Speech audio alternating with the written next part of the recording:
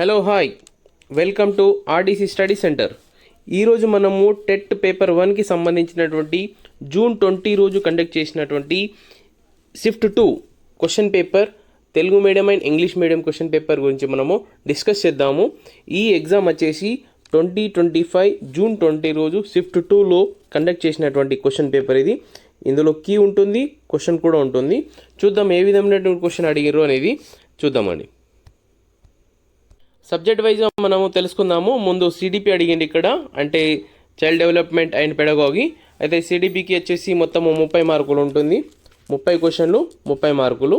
అయితే ఒక్కొక్క క్వశ్చన్ గురించి మనము డిస్కస్ చేద్దాము. ఏ విధమైనటువంటి క్వశ్చన్ ఇచ్చిన అనేది కూడా మనము మాట్లాడాలి.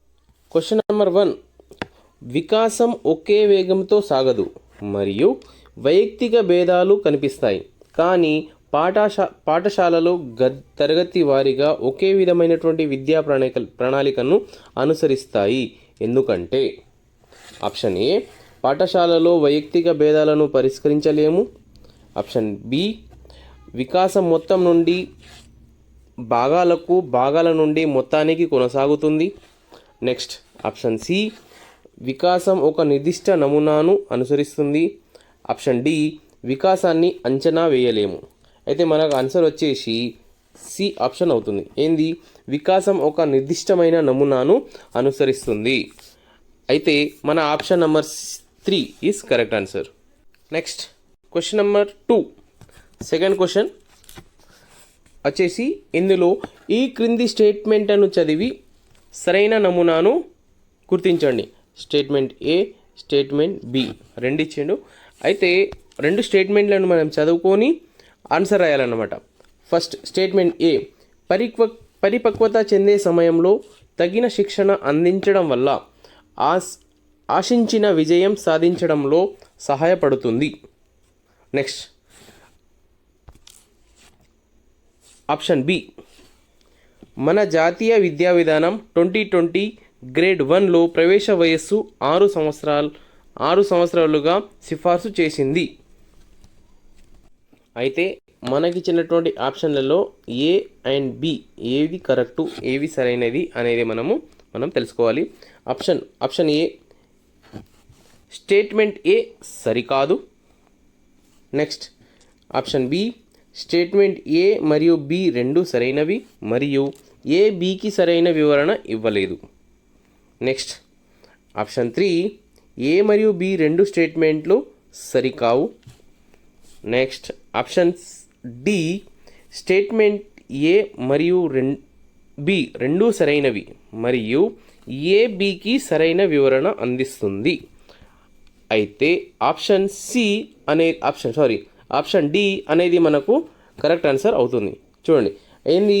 స్టేట్మెంట్ ఏ మరియు బి రెండు సరైనవి మరియు ఏ బికి సరైన వివరణ అందిస్తుంది. ఏ విధంగా అందిస్తుంది చూద్దాం. పరిపక్వత చెందే సమయంలో తగిన శిక్షణ అందించడం వల్ల ఆశించిన విజయము సాధించడంలో సహాయపడుతుంది. అందుకోసమే మన జాతీయ విద్యా విధానము 2020 గ్రేడ్ 1లో ప్రవేశ వయస్సు 6 సంవత్సరాలుగా సిఫార్సు చేయడం జరిగింది. అయితే ఏ మరియు బి రెండు కరెక్టు, ఏ అనేది బికి సరైన వివరణ అని మనము చెప్పవచ్చు. ఆన్సర్ ఆప్షన్ 4 అవుతుందండి. నెక్స్ట్ క్వశ్చన్ నెంబర్ 3, క్రింది వానిలో మానసిక వికాసానికి ప్రాథమిక కారకం. ఆప్షన్ ఏ, తల్లిదండ్రుల విద్య. ఆప్షన్ బి, నాడీ వ్యవస్థ యొక్క అవయవ పెరుగుదల. నెక్స్ట్ ఆప్షన్ సి, బహుమతులు మరియు శిక్ష. ఆప్షన్ డి, చదివిన పాఠశాలలు. అయితే మన ఆన్సర్ వచ్చేసి నాడీ వ్యవస్థ యొక్క అవయవ పెరుగుదల. ఏంది? నాడీ వ్యవస్థ యొక్క అవయవ పెరుగుదల అనేది మానసిక వికాసానికి ప్రాథమిక కారకం అవుతుంది.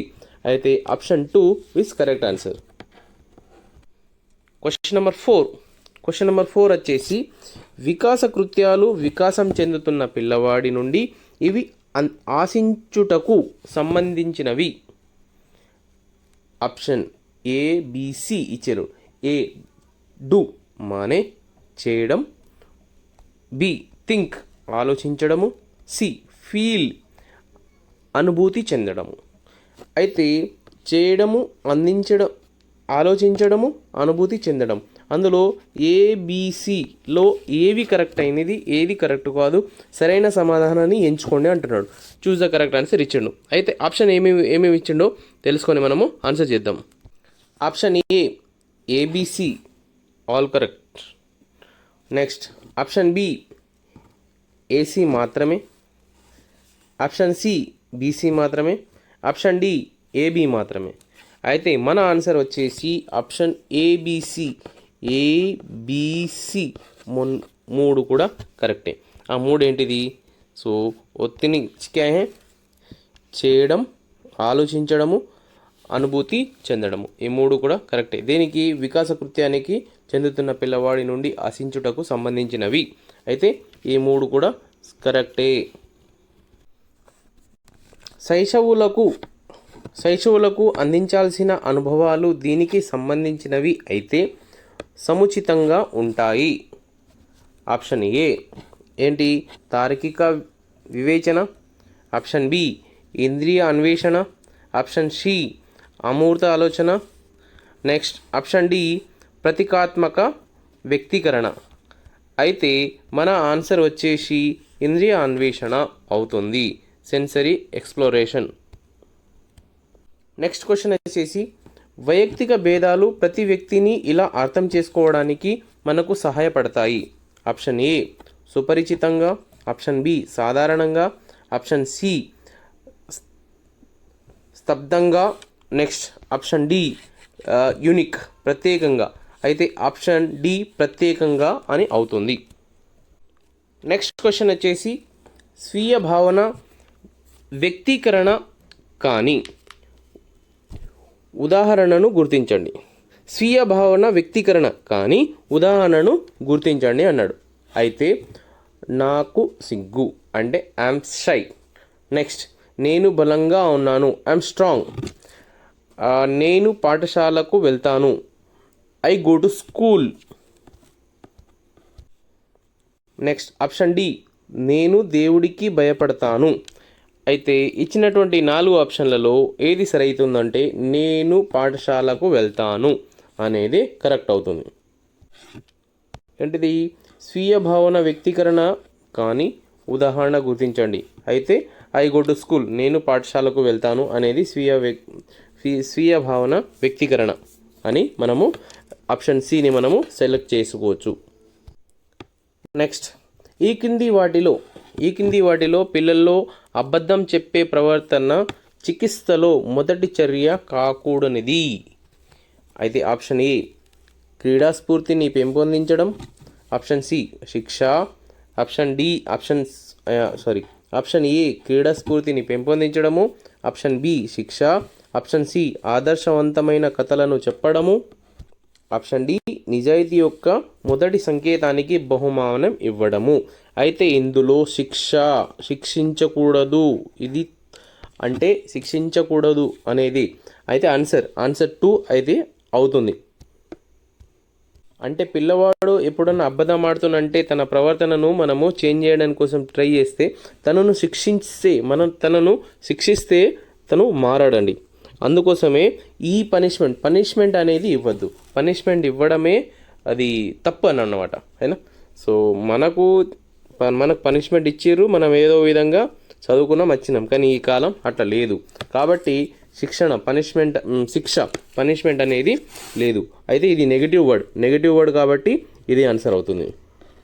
నెక్స్ట్ క్వశ్చన్ వచ్చేసి ఈ క్రింది పద్ధతుల్లో ఒకదానికి స్పందనలను అధ్యయనం చేయబడుతున్న వ్యక్తి నుండి నేరుగా తీసుకుంటారు మరియు ప్రతిస్పందనను కూడా నియమించవచ్చు. ఆప్షన్ ఏ పరిశీలన. ఆప్షన్ సి పరిపుచ్ఛ. ఆప్షన్ సి ప్రక్షేపక విధానం. ఆప్షన్ డి ప్రయోగం. అయితే ఏది కరెక్ట్ ఆన్సర్ అవుతుంది? పరిపుచ్ఛ, అయినా ఇంటర్వ్యూ. నెక్స్ట్ క్వశ్చన్ వచ్చేసి అసభ్యానికి సంబంధించిన సరికాని స్టేట్మెంటు గుర్తించు అంటున్నాడు, అయినా. So learning is not a natural process అంటే అభ్యసనం సహజమైన ప్రక్రియ కాదు ఆప్షన్ ఏ. ఆప్షన్ బి, అభ్యసనం సార్వత్రికమైన నిరంతరమైనది. నెక్స్ట్, అభ్యసనంలో వివిధ రకాలు ఉన్నాయి. ఆప్షన్ డి, అభ్యసనం ప్రవర్తనలో మార్పులకు దారితీస్తుంది. అయితే ఆప్షన్ కరెక్ట్ అవుతుంది ఏది? ఆప్షన్ ఏ కరెక్ట్ అవుతుందండి. ఏంది? అభ్యసనానికి సంబంధించిన సరికాని స్టేట్మెంట్ను గుర్తించండి. అభ్యసనము సహజమైన ప్రక్రియ కాదు అనేది wrong answer. So option A is correct answer. Next one, అభ్యసనంలో సరైన పరిపుష్టిని మరియు పునర్బలాన్ని అందించడం అనేది దీనికి సంబంధించిన కారకం. ఆప్షన్ ఏ విషయం, ఆప్షన్ బి అభ్యసకుడు, నెక్స్ట్ ఆప్షన్ సి ప్రక్రియ, నెక్స్ట్ ఆప్షన్ డి క్రమశిక్షణ. అయితే ఆన్సర్ కరెక్ట్ వచ్చేసి అవుతుంది ప్రక్రియ, ప్రాసెస్. అంటే ఏ విధంగా జరుగుతుంది అనేదే ఇక్కడ ఫరక్ పడుతుందండి. సో అయితే మనకు ఇక్కడ కనిపిస్తుంది అభ్యసనంలో సరైన పరిపుష్టిని మరియు పునర్బలనాన్ని అందించడం అనేది సంబంధించిన కారకం అనేది ప్రక్రియ, ప్రాసెస్. ఏ విధంగా జరుగుతుంది అనేదే మనకు ఫరక్ పడుతుంది. సుచరితకు 4 ఏళ్ల కూతురుంది. ఆమె కూతురు ఏదైనా సరిగ్గా చేసినప్పుడు తన అభ్యసనాన్ని బలోపేతం చేయడానికి బాగా చేశావు అని చెప్తుంది. మరియు ఆమె కూతురు అది విన్నప్పుడల్లా ఉత్సాహపడుతుంది. ఇది థాండైక్ యొక్క ఈ అభ్యసన నియమానికి అనుగుణంగా ఉంది. దేనికి అనుగుణంగా ఉంది అంటున్నాడు. అయితే ఫలిత నియమం, నెక్స్ట్ సంసిద్ధత నియమం, అభ్యస నియమం, నెక్స్ట్ సహసంబంధ నియమం. ఏమో ఆన్సర్ అవుతుంది? ఆప్షన్ ఏ కరెక్ట్ ఉంది, ఇది ఫలిత నియమం.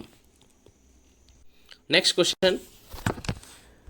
క్వశ్చన్ వచ్చేసి శాస్త్రీయ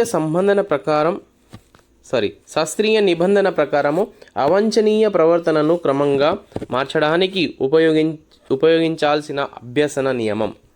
సంసిద్ధత, ఆయత్నసిద్ధ స్మత్యము, విరమణ, నెక్స్ట్ అభ్యాసము. ఆన్సర్ ఏమవుతుంది? విరమణ. ఆప్షన్ 3 కరెక్ట్ ఆన్సర్ అవుతుంది. నెక్స్ట్ క్వశ్చన్, కవిత పాఠశాలలో మరియు పాఠశాల వెలుపల అనేక క్విజ్ పోటీలలో పాల్గొంటుంది. ఎందుకంటే ఆమె తల్లి ప్రతి 4వ విజయానికి ఆమెకు ఒక బహుమతి కొంటుంది. ఇక్కడ అనుసరించబడిన పునర్బలన నియమం ఏంది? ఆప్షన్లలో ఈ విధంగా ఇచ్చిండు, తెలుసుకుందాం. ఆప్షన్ ఏ ఏమవుతుంది? ఆప్షన్ ఏ చరశీల పునర్బలన నియమం. ఆప్షన్ సి స్థిరకాల వ్యవధి పునర్బలన నియమం.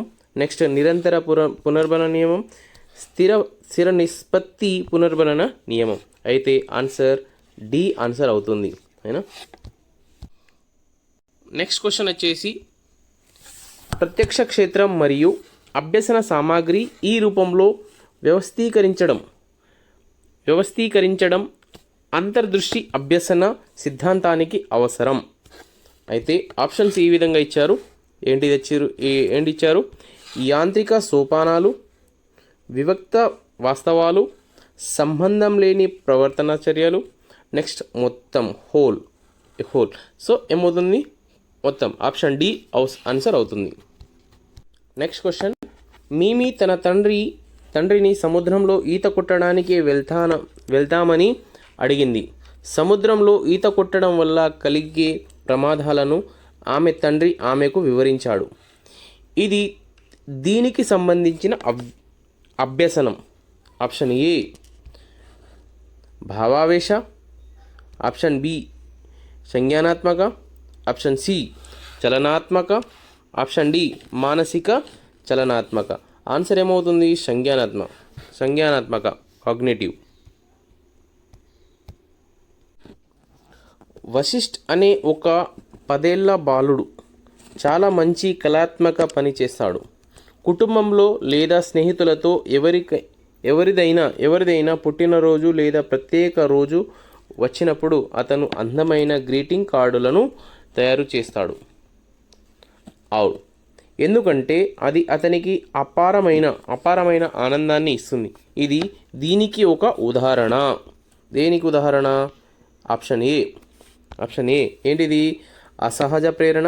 ఆప్షన్ బి బ్రహ్మ ప్రేరణ, అంతర్గత ప్రేరణ, సాధన ప్రేరణ. ఆప్షన్ సి అవుతుంది, అంతర్గత ప్రేరణ అవుతుంది, సెల్ఫ్ సాటిస్ఫాక్షన్. నెక్స్ట్ క్వశ్చన్ వచ్చేసి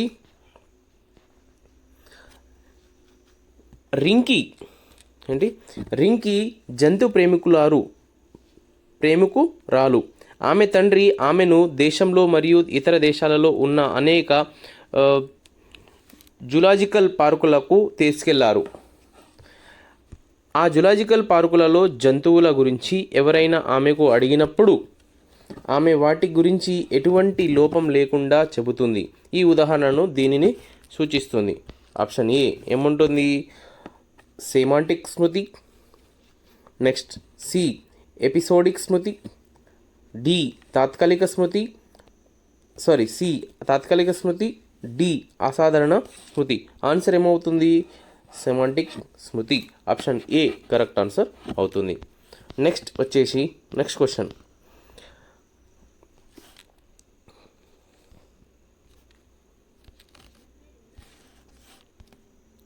నెక్స్ట్ క్వశ్చన్ వచ్చేసి శోభ తన సంగీత తరగతిలో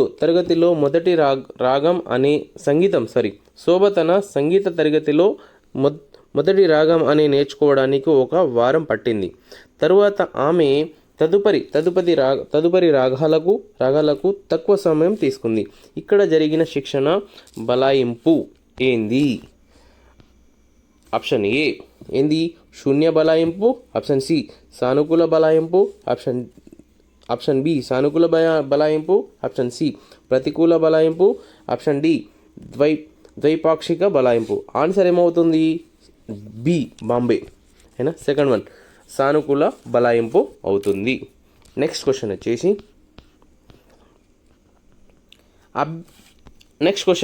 అభ్యసనంలో విద్యార్థులు చురుకుగా పాల్గొనడం వారిలో దీనిని తీసుకురావడంలో సహాయపడుతుంది. కంఠస్థం చేయడం, గురువులను అనుకరించడము, అభ్యసనంపై దృష్టి పెట్టడము, నెక్స్ట్ అధిక సాధనలో ఆందోళన. నెక్స్ట్ ఆన్సర్ ఏమవుతుంది? అభ్యసనంపై దృష్టి పెట్టడము అవుతుంది. నెక్స్ట్ క్వశ్చన్ వచ్చేసి ఒక ఉపాధ్యాయుడు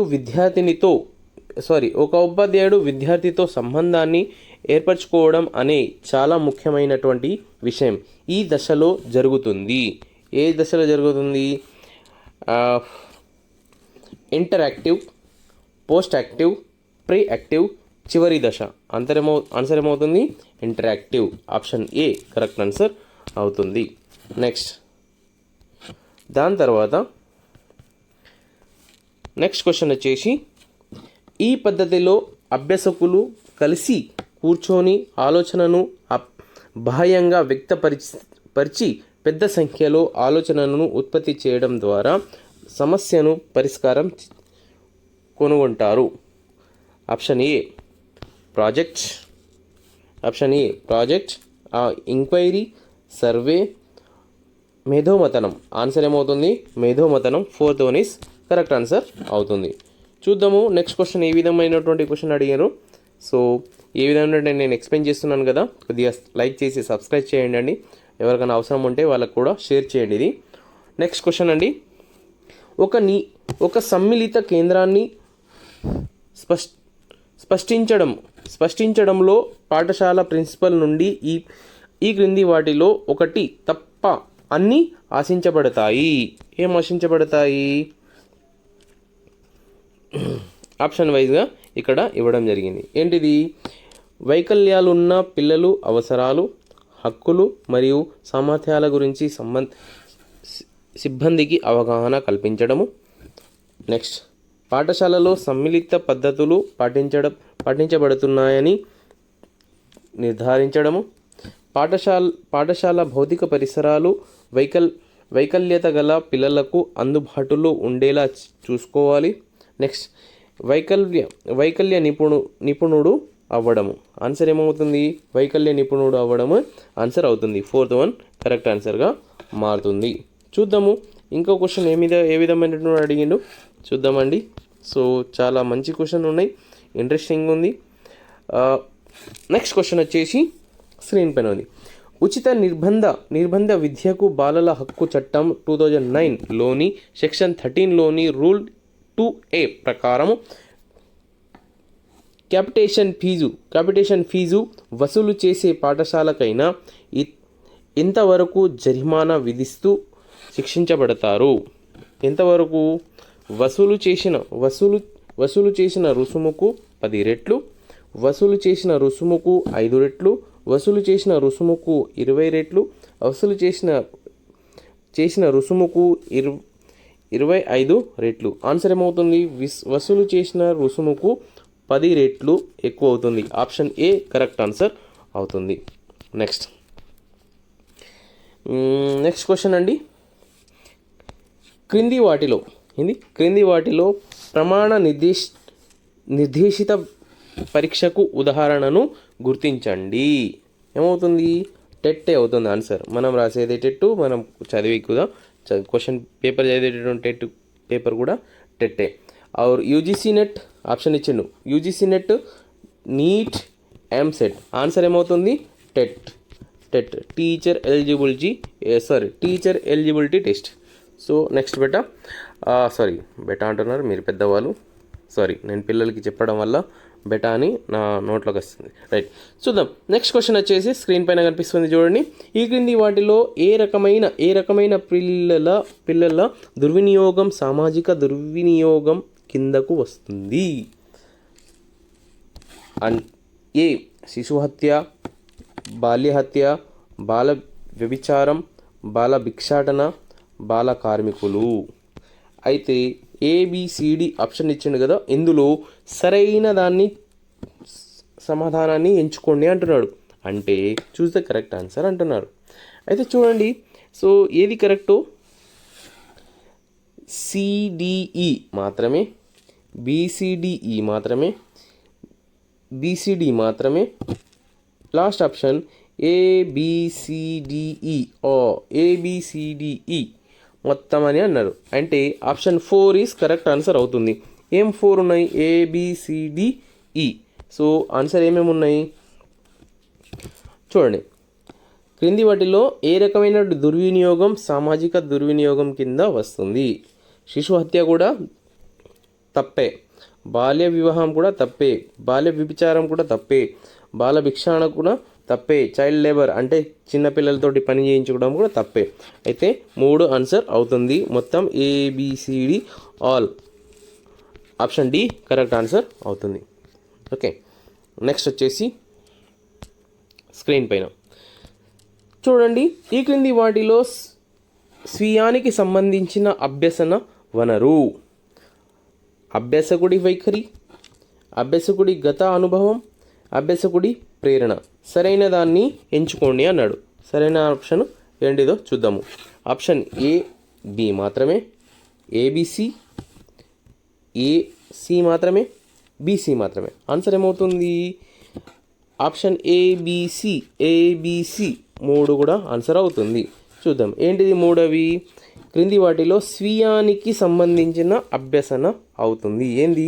అభ్యాసకుడి వైఖరి, అటిట్యూడ్ కూడా అవసరమే, అభ్యాసకుడి గత అనుభవం ఎక్స్పీరియన్స్ కూడా అవసరమే మనకు. నెక్స్ట్ అభ్యాసకుడి ప్రేరణ, మోటివేషన్, లర్నర్స్ మోటివేషన్ అనేది కూడా చాలా అవసరం. అందుకోసమే ఏబిసి అన్ని కరెక్ట్ అవుతుంది అని అడుగుతున్నారు. నెక్స్ట్ అడిగిన దానికి మనం ఆన్సర్ రాయాలి. నెక్స్ట్ క్వశ్చన్ వచ్చేసి స్క్రీన్ పైన కనిపిస్తుంది. తన విద్యార్థులకు సలహా ఇవ్వకుండా, ప్రశంసించకుండా లేదా విమర్శించకుండా వారి సొంతానికి వదిలివేసి ఉపాధ్యాయురాలి నాయకత్వం వైశైలి. ఏంటిది? లైసేజ్ ఫెయిర్, అధికారయుత, అధికారపూర్వక, ప్రజాస్వామ్య. ఆన్సర్ ఏమవుతుంది? లైసేజ్ ఫెయిల్ అట. అయినా answer first one is correct answer. Next